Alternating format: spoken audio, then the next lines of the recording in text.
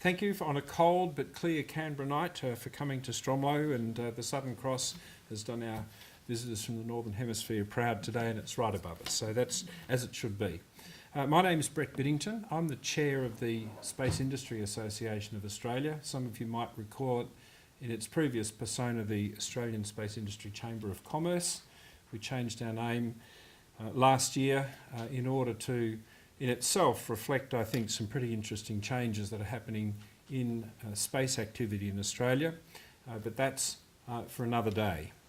It's my pleasure and honour today to introduce to you Professor Alan Smith, who's the director of the Mullard Space Science Laboratory, which is an element of London University College, and also his deputy, Dr. Ady James.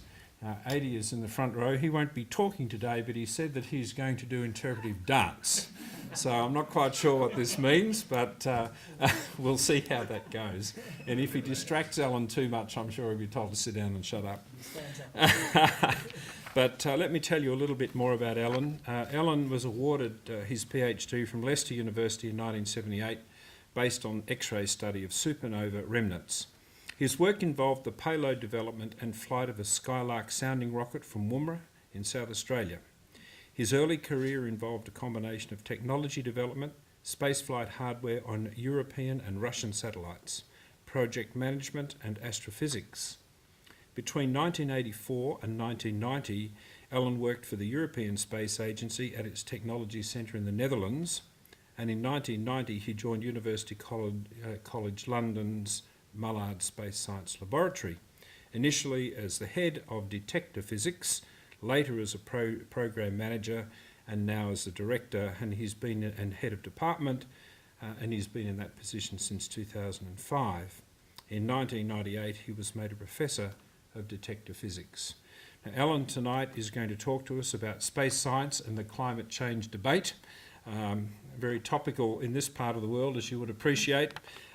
We've had some pretty extreme weather here in the last little while, and I'm told, at least the paper is saying, that La Nina is returning to normal, so we might get something approaching a normal winter, we'll see. But without further ado, ladies and gentlemen, it's my pleasure to introduce Professor Alan Smith. Alan. I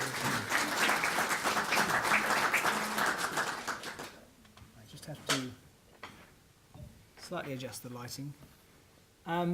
Thank you, Brett. It's a pleasure to be here. I was, as Brett mentioned, I flew a sounding rocket out of Woomera in '76, something like that, and then I was here again last year, and I was just getting used to visiting Australia every 35 years, when I'm back again. So there must be something to say about that. Anyway, what I'm going to talk to you about today is really the role of space science in informing the climate change debate. Now, the climate change debate, of course, is a debate which has many facets, some of which are based on fact and many of which are based on supposition, assumption, fear, political motivation or whatever. And so what I'm going to focus on today is what space science can do to inform the debate in a way that makes sense. So let's begin. Now, back in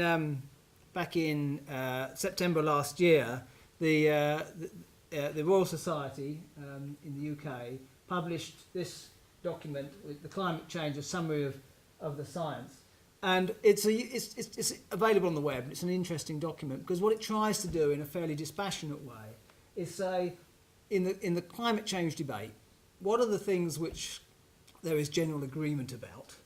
What are the things where there is debate, and where is it really rather unclear what's going on? And it tries to do that. So it says, let's just take stock and see where we are. So I'm going to begin with this before I get into the technology bit. Okay. So we're worried about this thing on the left and what's going to become of it. So what do we know that's changing? I'll start off with the bottom part of this, and that is what we do know is that the amount of CO2 in the atmosphere is increasing. The diagram on the left is a study which has been going on since the 60s of someone in Mauna Kea who's been measuring CO2 levels on a very regular basis in a particular place. And you can see that the numbers are just increasing, and increasing slightly more in the recent future than the past, but the numbers are increasing. And I have a pointer. So there we go. Now you notice that they have a little cyclic variation as well. They go up and down on a yearly basis.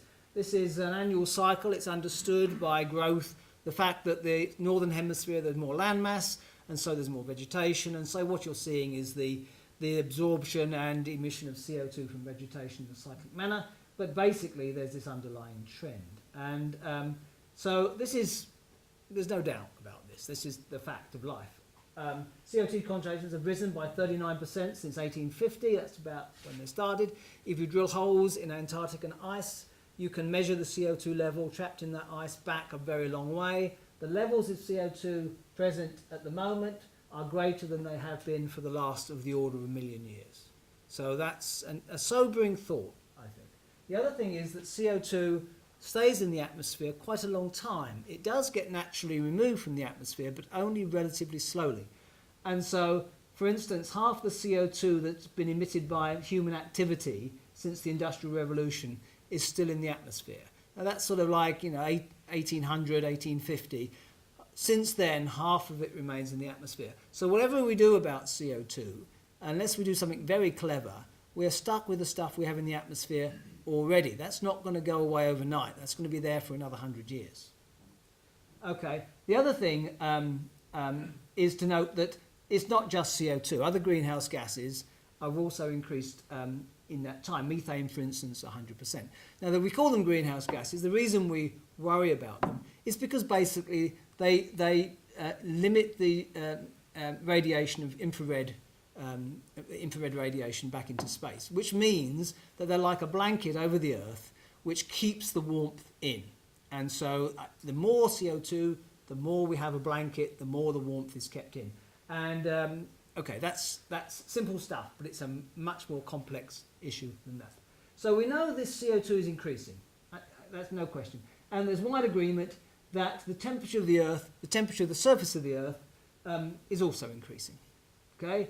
Here is, this is an average of the sea and land temperature from about, I can't read that, but about 1850 up to the present day. And we can see that nothing much was happening in this period of time, but sometime around the turn of the 20th century, there looks like there's a general trend, and that trend has been going up ever since.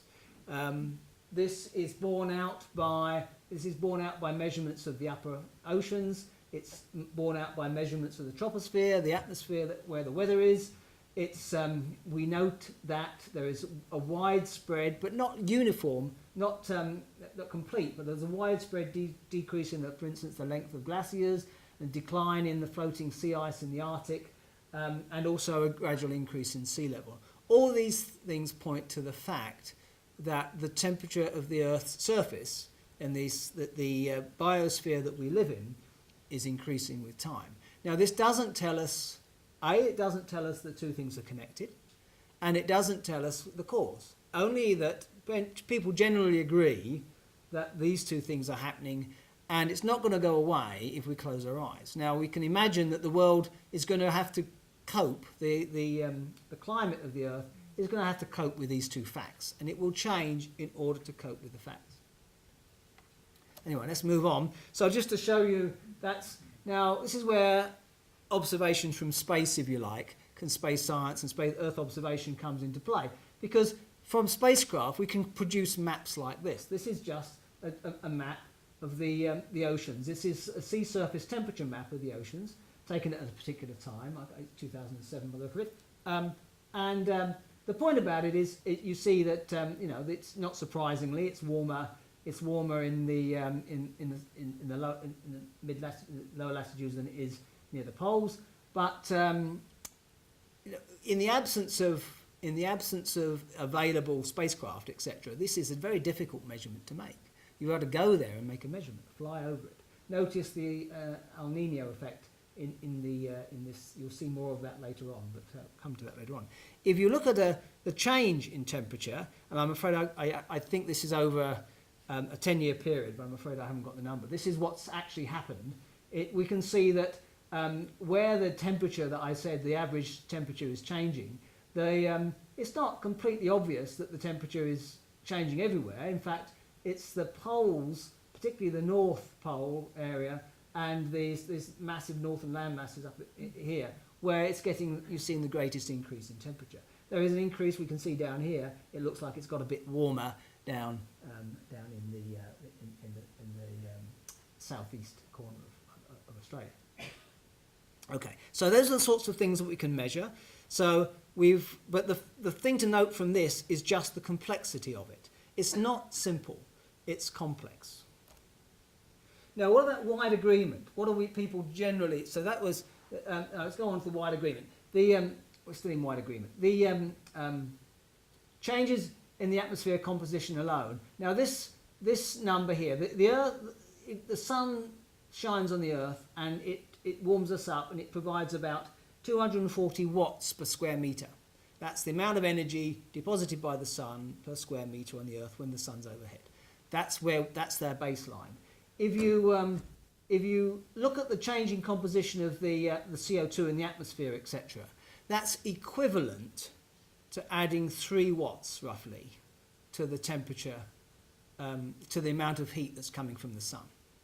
So so it's around about the 1% level.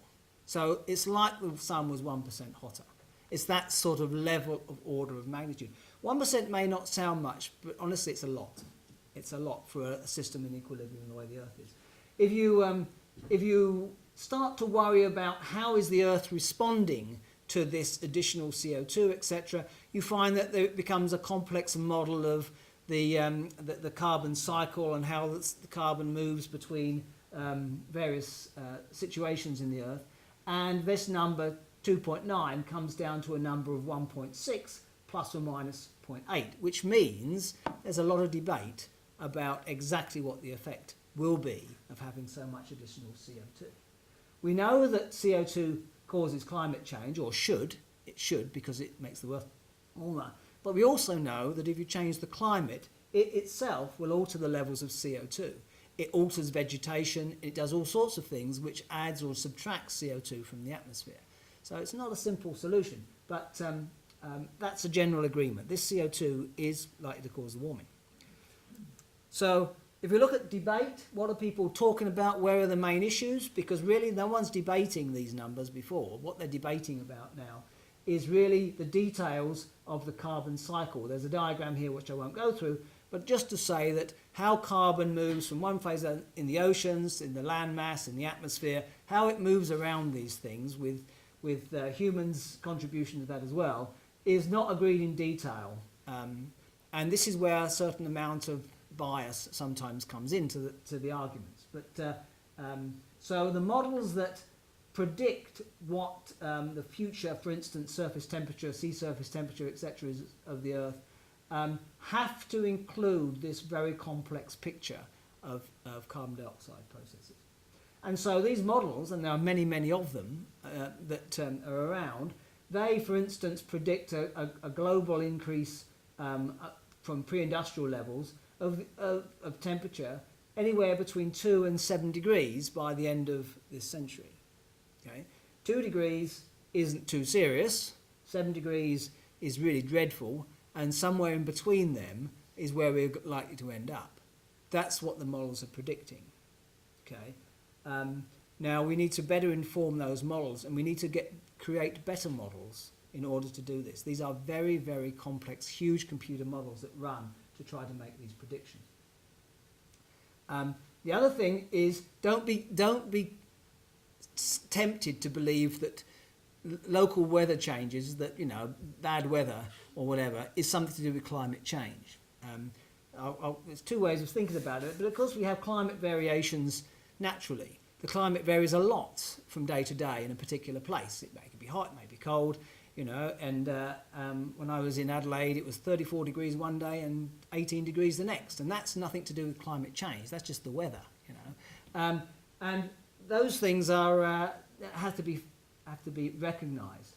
But there is something that happens with climate change which we do have to also recognise, and that is that if you make small changes in the climate, you can increase the probability of extreme weather conditions like hurricanes or droughts or floods and things like that. And if the chances of those things were happening were 1 in 1,000 and they suddenly become 1 in 20, actually, that's not a vast number. But what that means is, instead of having a dreadful weather condition every 1,000 years, it's now every 20 years. And that's quite an impact on human condition. So there is a bit of this variation that's causing the climate change. But most of the variation is just basically the weather. So this is one of the most respected. This is what I think the Hadley Centre model, but it's just one example of how they think the climate average temperature might increase by the year 2050. So a lot of us, probably a lot of you rather than me, will be around in 2050, and so this is the sort of increase we can get. So we can see that in some areas the temperature increases 5 degrees, other areas it's less.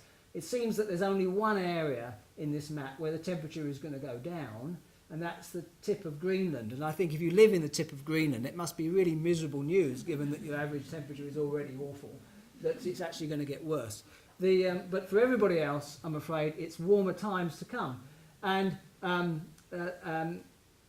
you know, a 5-degree increase in the centre of Australia is not going to be very pleasant. It's not just the temperature increase, it's the effect on the climate that makes a difference. It's the effect on rainfall, it's the, you know, and those sorts of things that are going to make the difference. Also, up in the northern areas, it's going to be a loss of sea ice because the Arctic is getting warmer, so we're going to lose the sea ice in the Arctic, and we're going to lose a lot of land ice in Antarctica at this rate, and so Antarctica will start to shrink, and that cold water, that cold low salinity water will enter into the oceans, and so those are going to have effects on ocean change.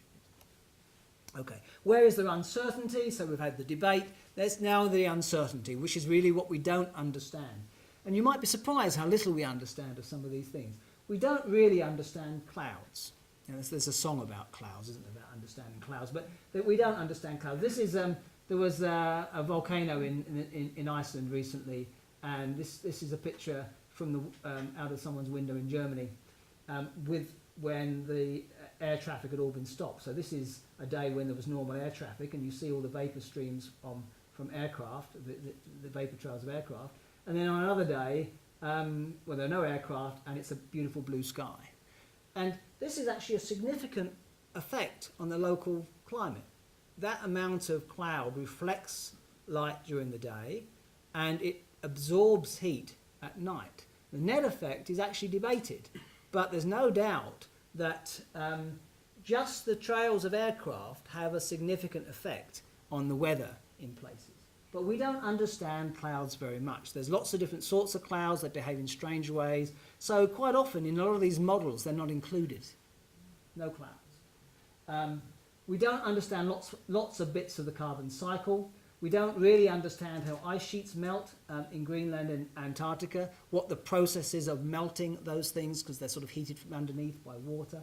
And there's an issue about the sun, okay?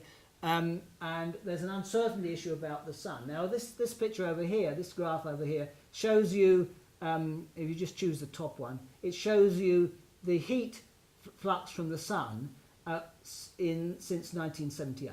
And you can see the heat, the amount of flux from the sun is varying in a cyclic way. This is well understood, well known.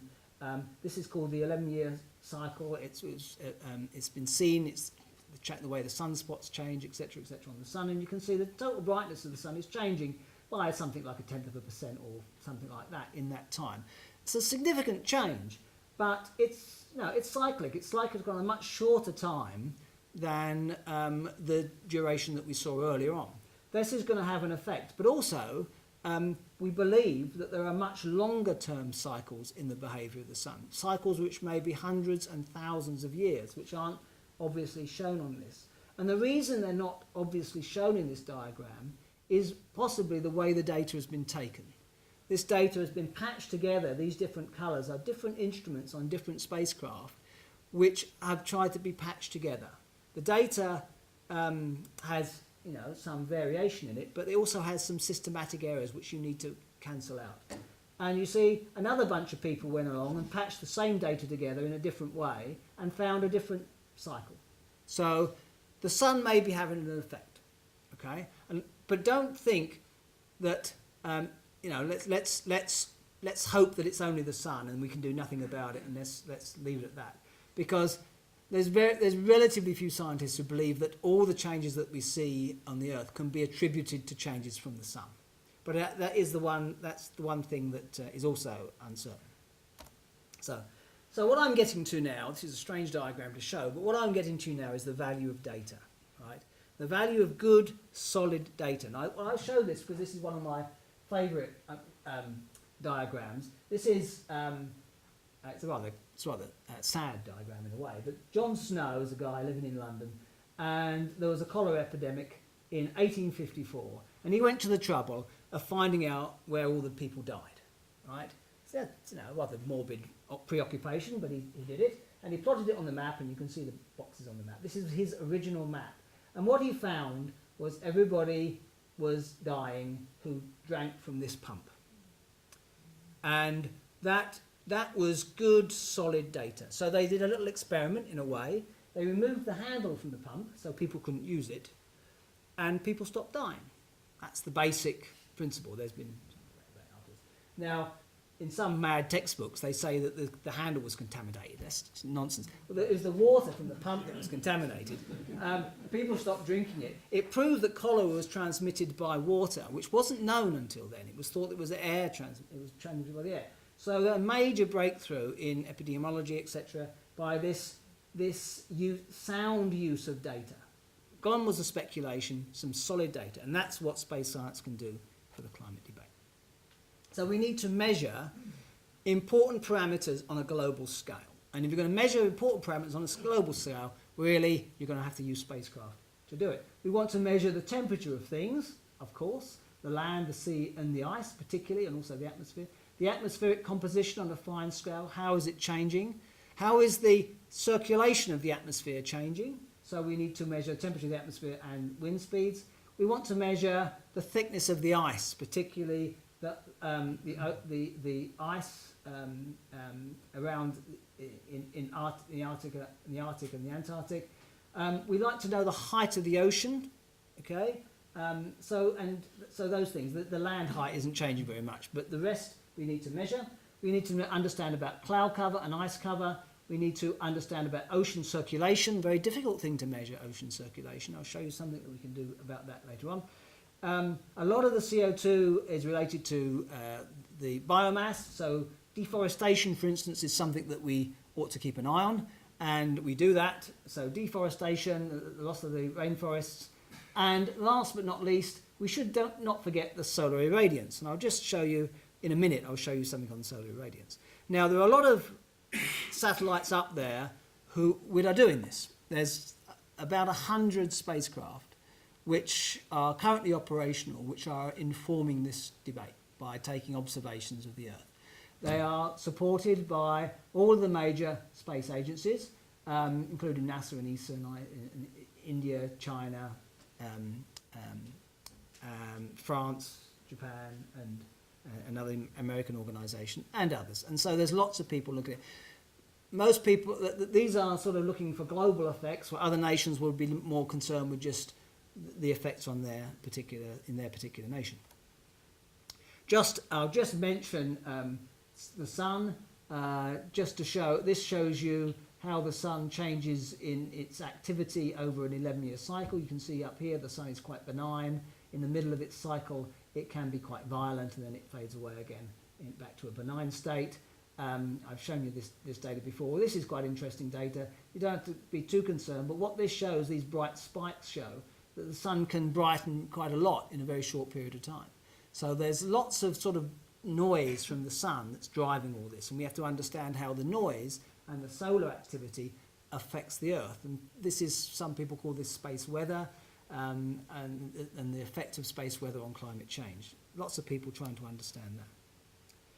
I'd like to just now focus on, because I'm from Europe, I'm going to talk to you about the European Space Agency's programme of Earth observation, and particularly the series of spacecraft that they've flown over the years in this area, and the sorts of things that they do. Now you see these they began, the European Space Agency began with Earth Remote Sensing Satellite, I think it's Earth Remote Sensing, ERS-1 and ERS-2, two almost identical satellites, not exactly identical, flown about 4 years apart. The reason they flew two simultaneously was they were very, very keen to have continuity of data. That is something that's very important for measuring climate change. If you have two sets of data that don't overlap, you can argue that there may be systematic differences between them and you can never actually line them up into a trend. If they overlap, then you're measuring the same thing with two spacecraft and you can tie them together. It was expected that ERS-1 would die in about 96. It just happened to live a lot longer than they expected, so the thing has gone. ERS-2 is still going strong. And you can see there's the spacecraft, the double solar panel. This thing here is a synthetic aperture radar. You can always spot Earth observation satellites with SARs because they've got this enormous antenna associated with them. This is just using radar images of the Earth. And they'll be measuring, there'll be radiometers on board. This is ATS, I'll come back to this. Radiometers measuring the temperature of things, and there'll be imagers and altimeters measuring the heights of things and the appearance of things. That's that sort of stuff over a range of spectral ranges. The big satellite that was then flown in 2002, is currently operating, is MVSat.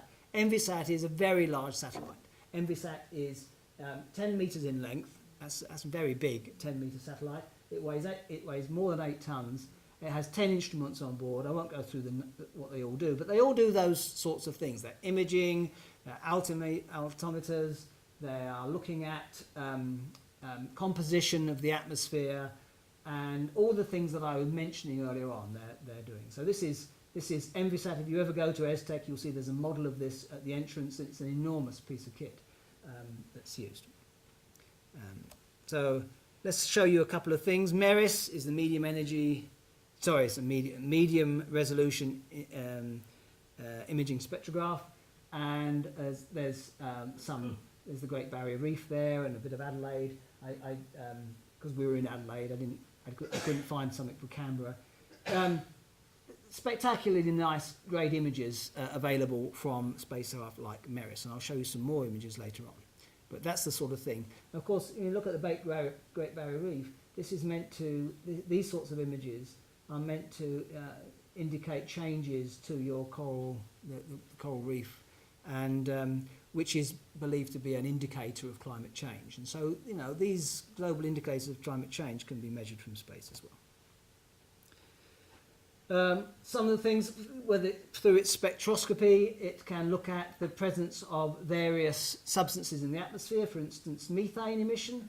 Here we are looking at a map of methane emission, and it's perhaps not too surprising where the methane is coming from. You've got an awful lot of methane coming from China and India over here. Not a lot of methane coming from Perth, I have to say, in the Western Australia. That resolution doesn't show it, but sadly there is a bit up there, and in various parts of America. So methane, another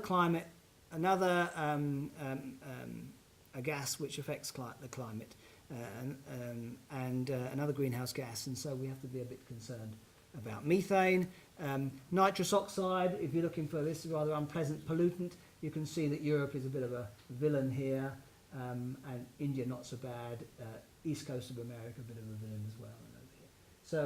So we can map these sorts of things. And we can look at things like your good old El Nino, which is a bit of a pain when it comes to the weather in particularly Australia, for instance. And this is using altimeter to look at the ocean heights. And all we're doing now is look at the heights of the ocean, and we find that the height of the ocean is affected in this area. It may be a bit surprising, but what ocean heights are talking about is talking about circulation of the ocean. It's about movement, and if there is movement, you'll get this ocean height effect. I'm going to show you.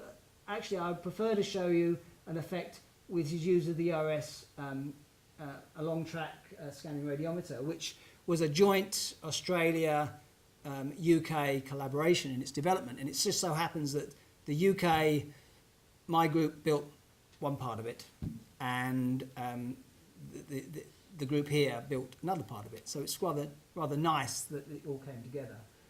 This is measuring the sea surface temperature. This was in July 1997. We see a nice pattern of sea surface temperature. If you looked 2 years earlier, July 1995, we see another pattern of sea surface temperature. If you subtract the two, you see a rather obvious feature, and this is El Nino. And very easy to find this feature looking at data. And this has a very profound effect. One of the big things that's driving the weather systems, and particularly storms and hurricanes, is the relationship, the interaction between the surface of the surface of the oceans and the atmosphere, and basically warm air off the surface of the oceans and humid air off the surface of the oceans drives these big weather systems. So and so we can see this problem here. And I'm told that this has faded recently, so the weather might improve. Here we're looking, for instance, at these are actually radar images, and they're looking at the retreat of ice in the Arctic.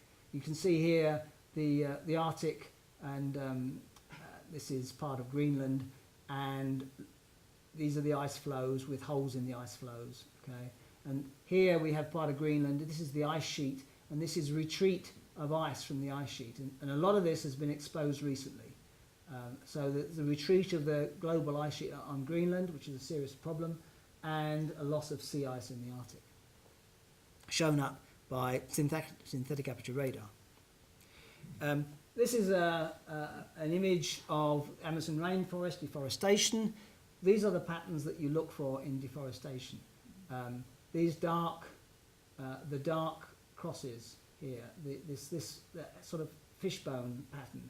These are loggers going out there, cutting into the jungle, removing the trees. Gradually they widen out, and you end up with areas like this, which was rainforest but now has been completely cleared, and this area as well. So, this is a serious problem, and in Brazil, the only way they can find out about what's going on in their hinterland is through satellite imagery. It's too difficult to reach by any other way.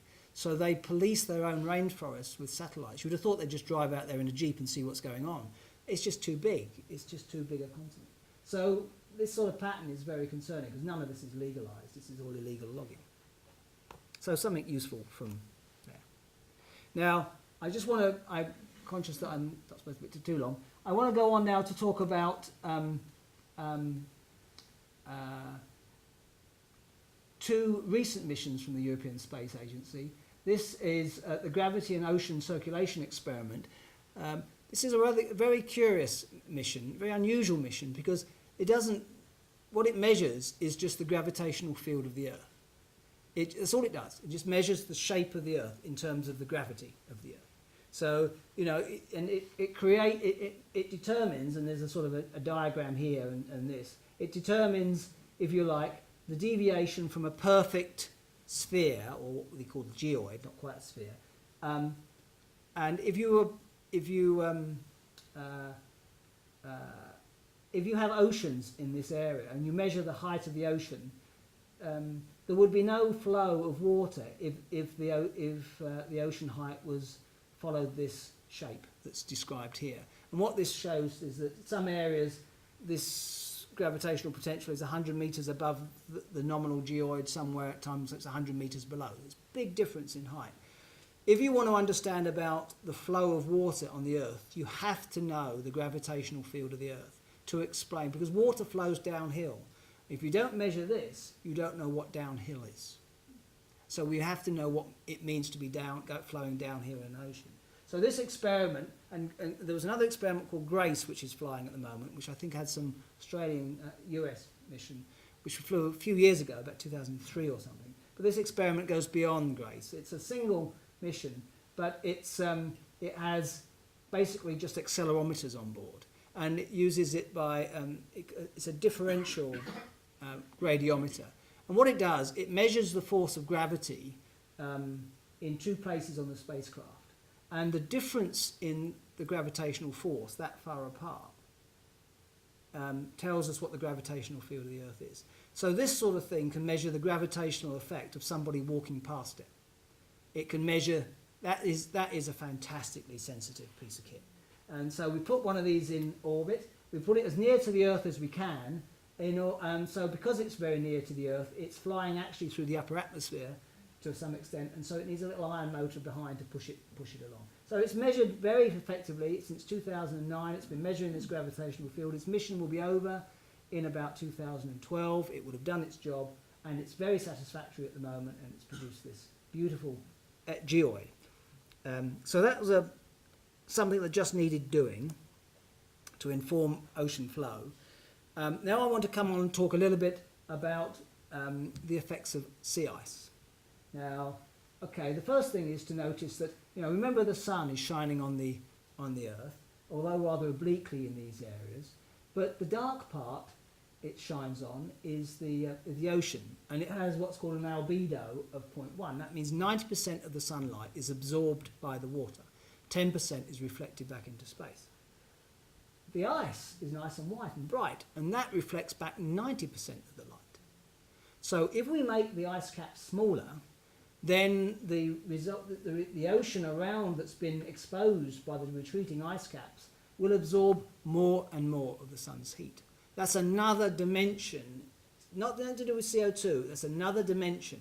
So there's a danger. Can you see the feedback effect that this might create? As these things retreat more and more heat is absorbed, the Earth gets warmer and warmer, and they retreat more and more. And you can get to a situation where, over a period of time, you lose the entire ice cap. Okay, and that could happen could well happen in the north. We don't think it will happen for a long time around Antarctica, but it could happen with the sea ice around the Arctic.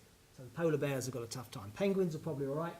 Polar bears having a tough time. Now we're interested, of course, in measuring the thickness of ice, and one way of measuring the thickness of ice is to do this. Now one can imagine that doing this on a continental scale across the Arctic is going to be tedious, if not tiring, for the individuals. This is just not a practical thing to do.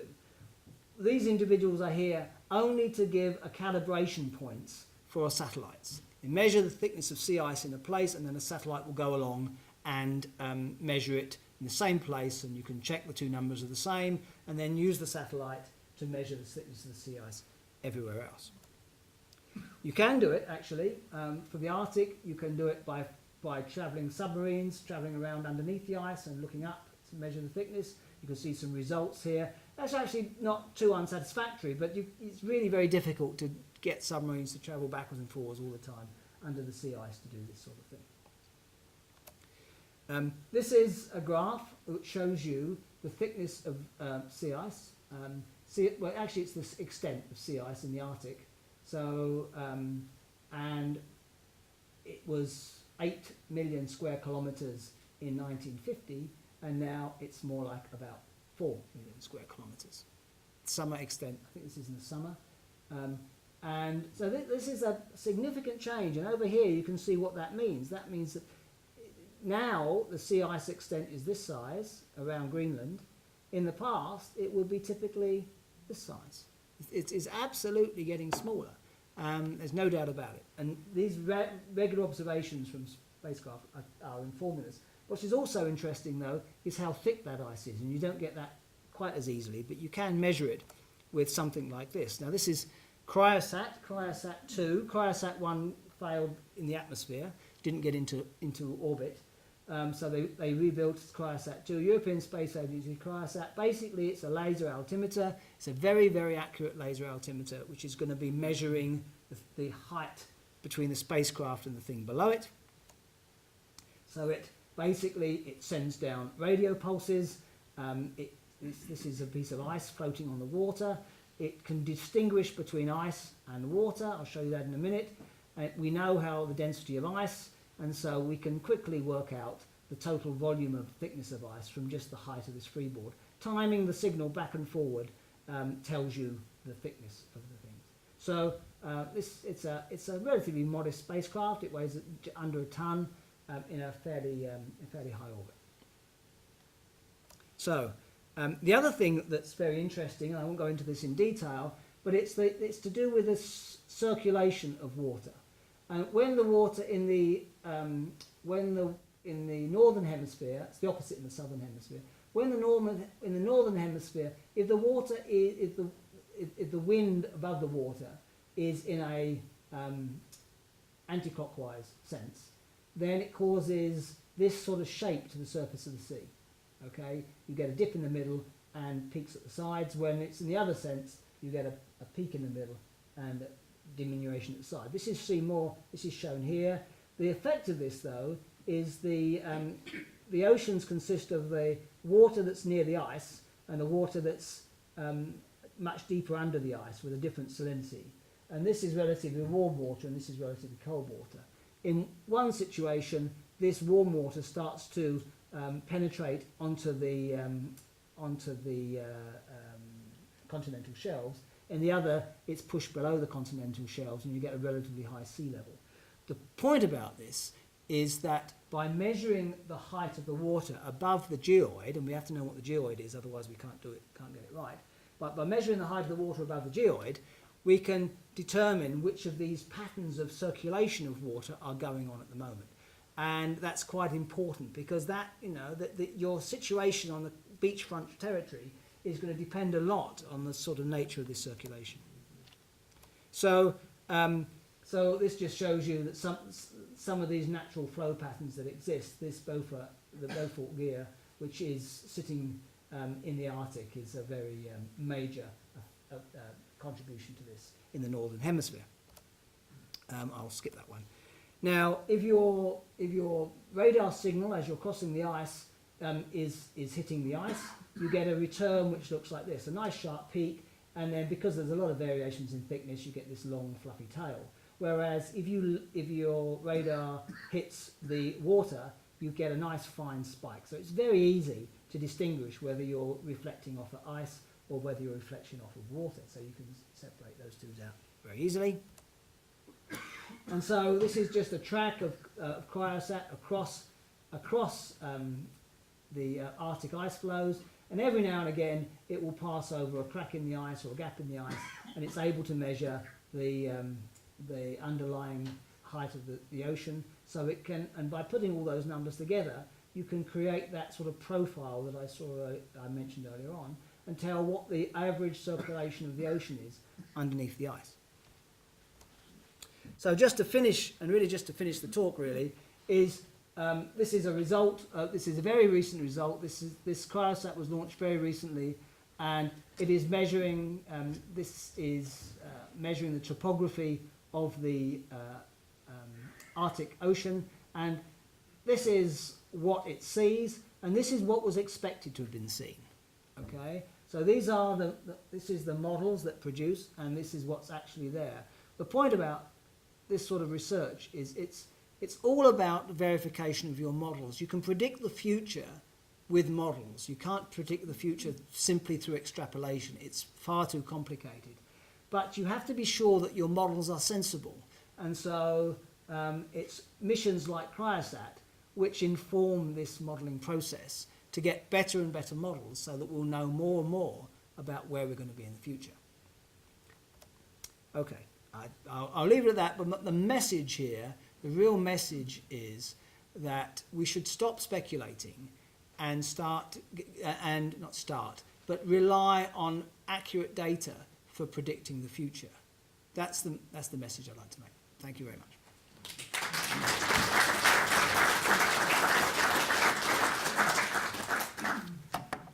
Alan, thank you so much, and we have some time for questions if there are questions from the audience.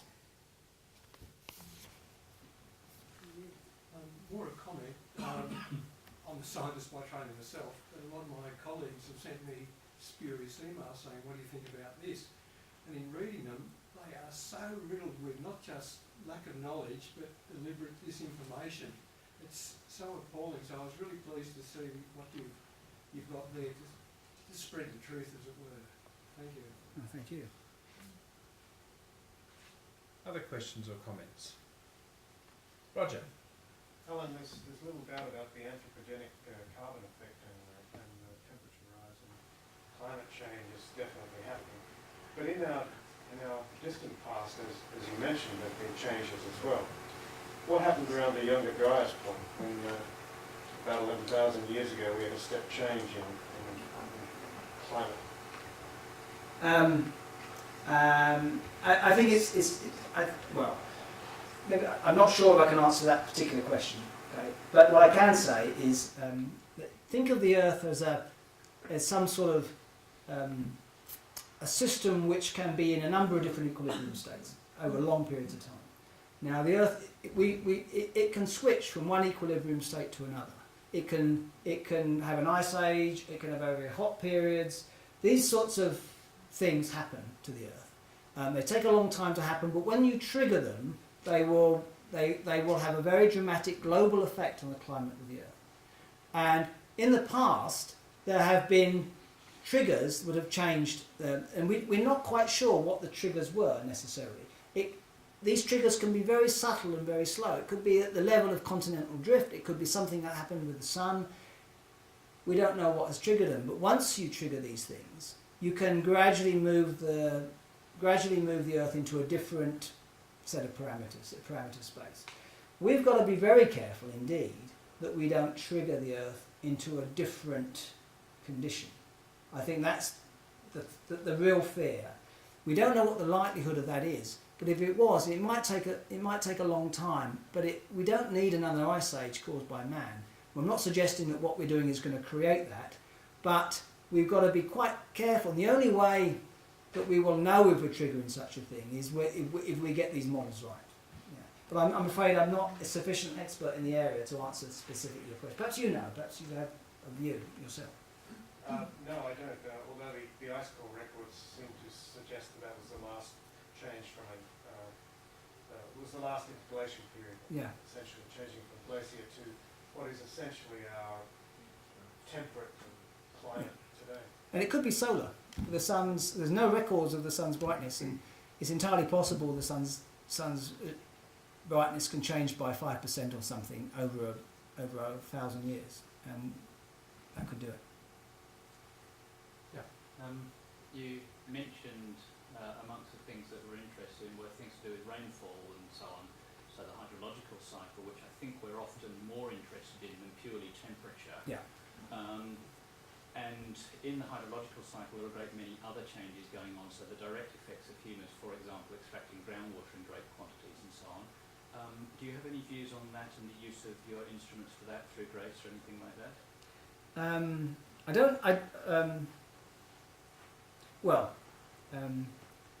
Let me try to unpick that a little bit.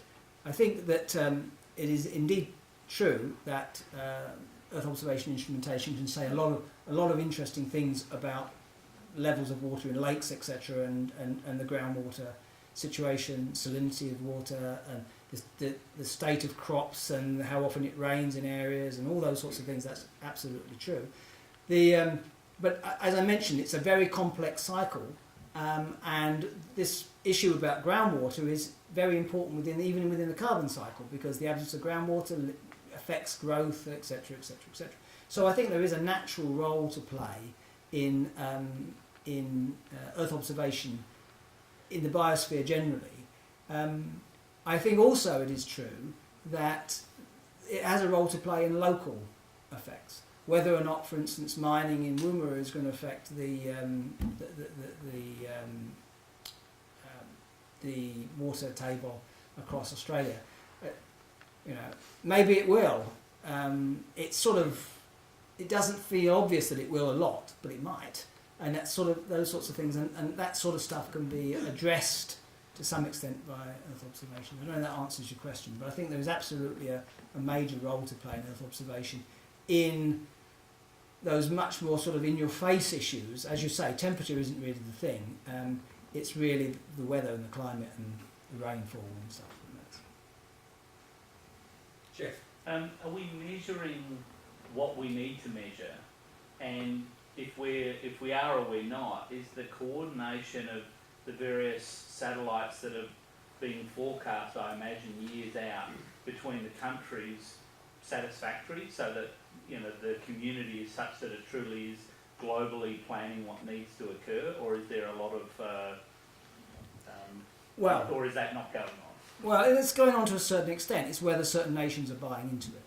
Okay, I was in India at their National Space Conference recently, and it was because of a national conference, and I was there as an invited guest. They gave a very national view of climate change, and their view was summed up. This is a sort of a Western conspiracy to affect the growth in India and China and things like that. I mean, so they're not buying in quite as much as you might think. There's across the major developed nations, there is definite coordination going on between I'd say, are they measuring the right things? Generally, yes, but are they measuring them as well as they should? Probably not. We need better measurement. We need, for instance, carbon dioxide. It's fine to measure general levels of carbon dioxide, but we need to be able to understand how it stratifies in the atmosphere to a very accurate level. Where is it coming from? How much of the CO2 is coming from cities and how much is coming from volcanoes, and those sorts of things are difficult to determine at the moment. It could be done with better technology, but we haven't quite got that technology there yet. I know Australia's got a particular interest in that area. Is that up? Why does it matter where the CO2 comes from at Mauna Kea and also at south of Wellington? There's an observation point as well. It's only a 20-year record, yeah. but it's going up and it's even higher. And there's no big cities in New Zealand or anywhere around that part of the world. I mean, both those places are quite two things. I mean, separated from industry, fine. so it's a global CO2. Oh yeah, no, going there's no up, question. so It mixes very quickly, right? So it mixes very quickly, and the CO2, we all get it. There's no doubt. That's fine. The reason it matters where it comes from, two reasons really. One is it anthropomorphic or is it natural? And if it's natural, then and its majority of it's natural, and the CO2 from the Industrial Revolution is just a complete anomaly, then there's not much point in trying to limit it, though no one really believes that anymore. The other thing is, if you're going to have carbon taxes and things like that, are you going to get the people who produce the CO2 to pay for it in some sense? And if that's the case, you're going to have to measure where it comes from. You're going to have to be able to point the finger at nations and say, you've produced so many billion tonnes of CO2 in this period of time, we expect you to do something about that in terms of reparations or building rainforests or whatever, but we're going to have to know where it comes from. And so it's a highly controversial issue. Various nations have thought that they might police this, but of course you've got to get international buy-in, otherwise people from other nations just won't believe the data. But that's why I think, I'm afraid it's a global problem, but we might have to point the finger at the culprits sometime. That leads to another issue which is perhaps more common in Australia, what I would call the disconnect between the political situation and what scientists are measuring. Do you have any comments on how the scientists can get their message better in the political sphere? Well, I think, I mean, scientists are humans, and quite a lot of scientists are politicians as well, sadly, in some level. It's not bad being a politician, I'm sure we need them. I've met enough of them this week. But the message, the first thing is scientists should stop speculating and stop saying it could be terrible, the world's falling, because after a while we know what the effect of that has on everybody. That's just like, they should stick to the facts, right? Stick to the data. That's the trick. That's what scientists should sort of show a certain integrity and say, I'm not going to wave flags thinking the world's falling. I'm going to stick to the data. And then they should stand tall and, it's basically challenge bad science. So where they see bad science, but either from politicians or newspapers or anywhere else, they should stand up and challenge it. Rather than say, well, actually, more research in that area, that someone says that there's a phenomenon we should observe, the world's changing and something, and so the scientists say, well, actually, I could get a research grant doing that. And that we've got to stop doing. We should stop chasing the money and start standing tall. So, scientists could do more. They're not perfect people. They could do more. Do we have one final question? Population. Population. Population keeps going up. More a question than a comment, isn't it? Okay. Alan, thank you so much Thank you. for your talk. And firstly, before we go and have a cup of tea, can I also thank ANU and Stromlo and Harvey Butcher, the director who's in the audience tonight, for allowing us to use this facility. And indeed, we've taken the common room, which is where we'll be going shortly, for the whole day for a space industry meeting as well. So thank you for that as well. It's been a great day on top of this mountain, lovely clear skies, and now that continues tonight, as we know. So there's an invitation to you all now to go straight across the road and through the old directors' building. In fact, the current directors' building, for that matter. The common room is there. It's lovely and warm. There's a cup of tea and coffee for those who'd like to stay and can stay. And again, to Ellen and to Ady from London, thank you very much for coming.